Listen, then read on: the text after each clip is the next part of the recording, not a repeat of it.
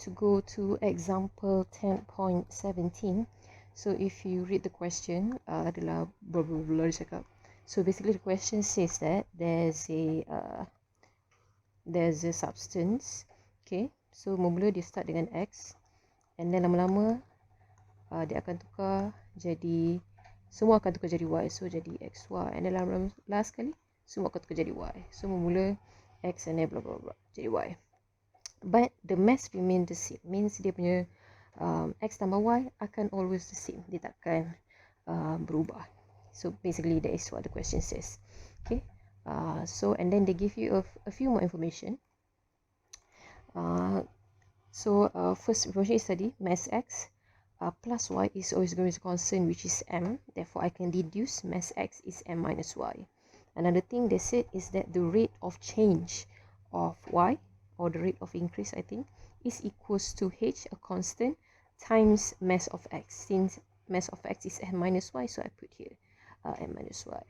Ada 3 questions in this question, ada 3 pecahan of question. First is they said show that the particular solution is given by this equation, when Y is 0, T is 0, and then given Y is half M, T is ln 2, find H, and then show that we can deduce this equation. Last sekali, sketch the graph of Y against T. So let's do the first one. The first one is solving a particular solution for a differential equation. So since we already deduced the differential equation, all we need to do is now just solve this differential equation, sub in the boundary condition, and then we will get to show this particular solution. Okay, so let's just solve this differential equation. We have dy dt equals to hm minus sy. We can separate the y from the t, so I can bring y to the left side. So this is 1 over m minus y dy equals to h dt. All the y on the left side, all the t on the right side. Then we integrate this. Integrate, we will see that this one got negative, so the answer it should be negative ln m minus y. Sebab differentiate ni dapat negative 1 atas ni, so kena wujudkan negative. This one integrate, we will get ht plus c. Okay, so to solve a particular solution, we will sub the boundary condition, find y is c, and then sub back our c to get this equation. So we sub our boundary condition, which is y should be 0, therefore m minus 0 equals to ht should be 0 also, plus c. Therefore, my c is negative ln m. So now that I get my c, I will sub c into this equation. So subbing in, I will get negative ln m minus y equals to ht. C is negative ln m. Alright, so that one is okay, but we need to make y the subject so we can show like the question. Okay, so I see there's 2 ln here. I will bring all the ln together. So bringing this ln to the left side, it will become plus. So it will become ln m minus ln m minus y equals to ht. Sambung lagi. I will now ln minus means divide, so this is ln m over m minus y equals to ht, and then I will exponent both sides. So I will get m over m minus y equals to eht.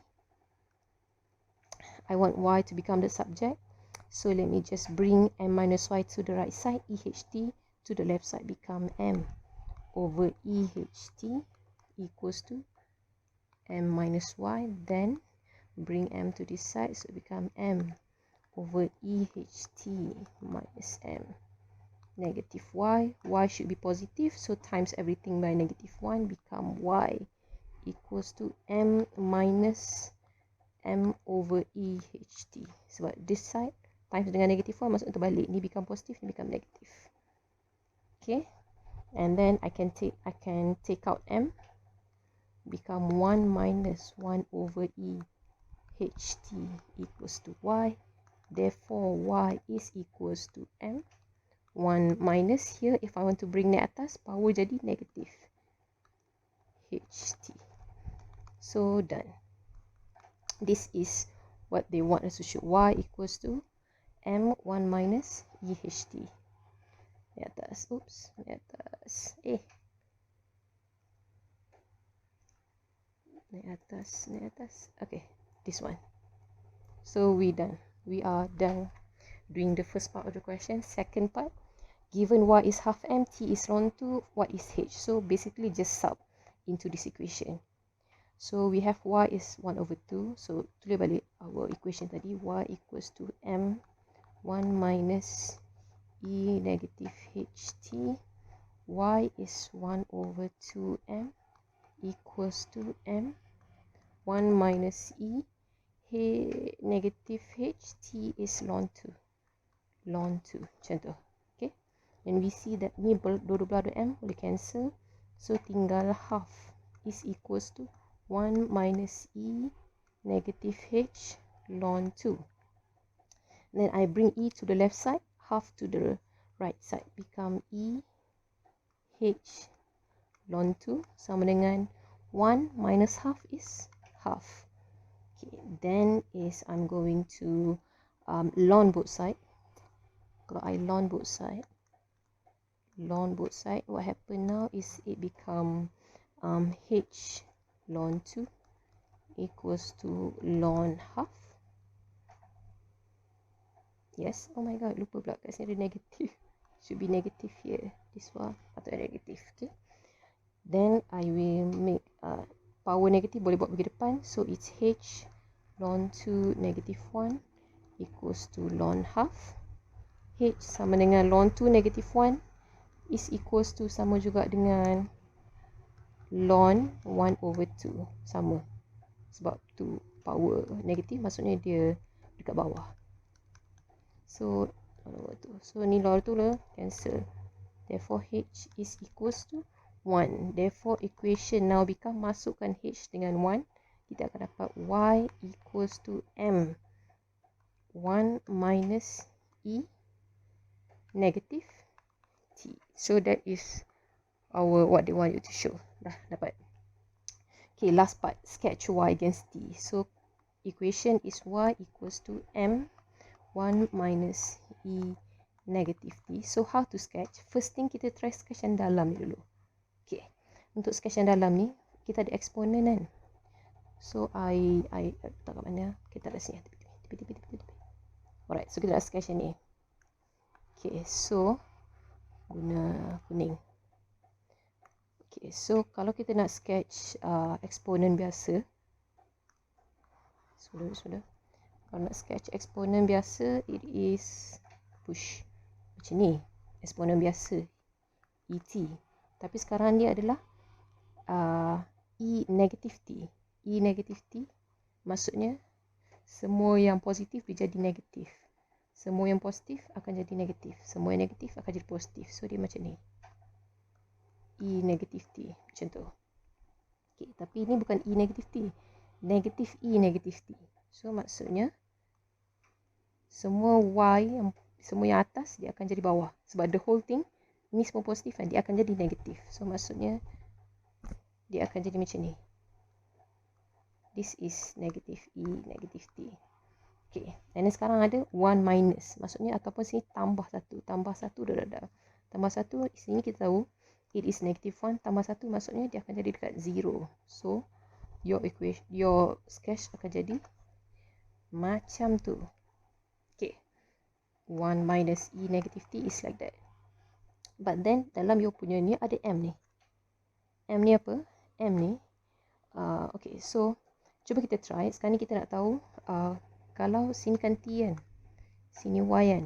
Kita nak tahu kalau T ni, kita jadi sangat-sangat besar. Y ni effect tak? Maksudnya, T goes to infinity. Apa jadi kat Y? So, when T goes to infinity, what happen is your Y is M 1 minus E negative infinity. Bila ini jadi sangat-sangat besar. So if you try to press dalam calculator, E negative 100, dia akan jadi sangat-sangat kecil sampai dia jadi 0. So maksudnya Y akan jadi M. In other words, as T goes to infinity, Y akan approach M. So your sketch lastly akan jadi macam ni. Macam ni, sama dengan ni. Okay. Oops. And then ada asymptote dekat M. Sebab as T become very very big, dia punya limit is just M. Okay. And then since we are talking about time, so mana ada time yang negatif, so belakang ni tak boleh ada graph. Maksudnya yang ni tak payah. Okay. So we are done.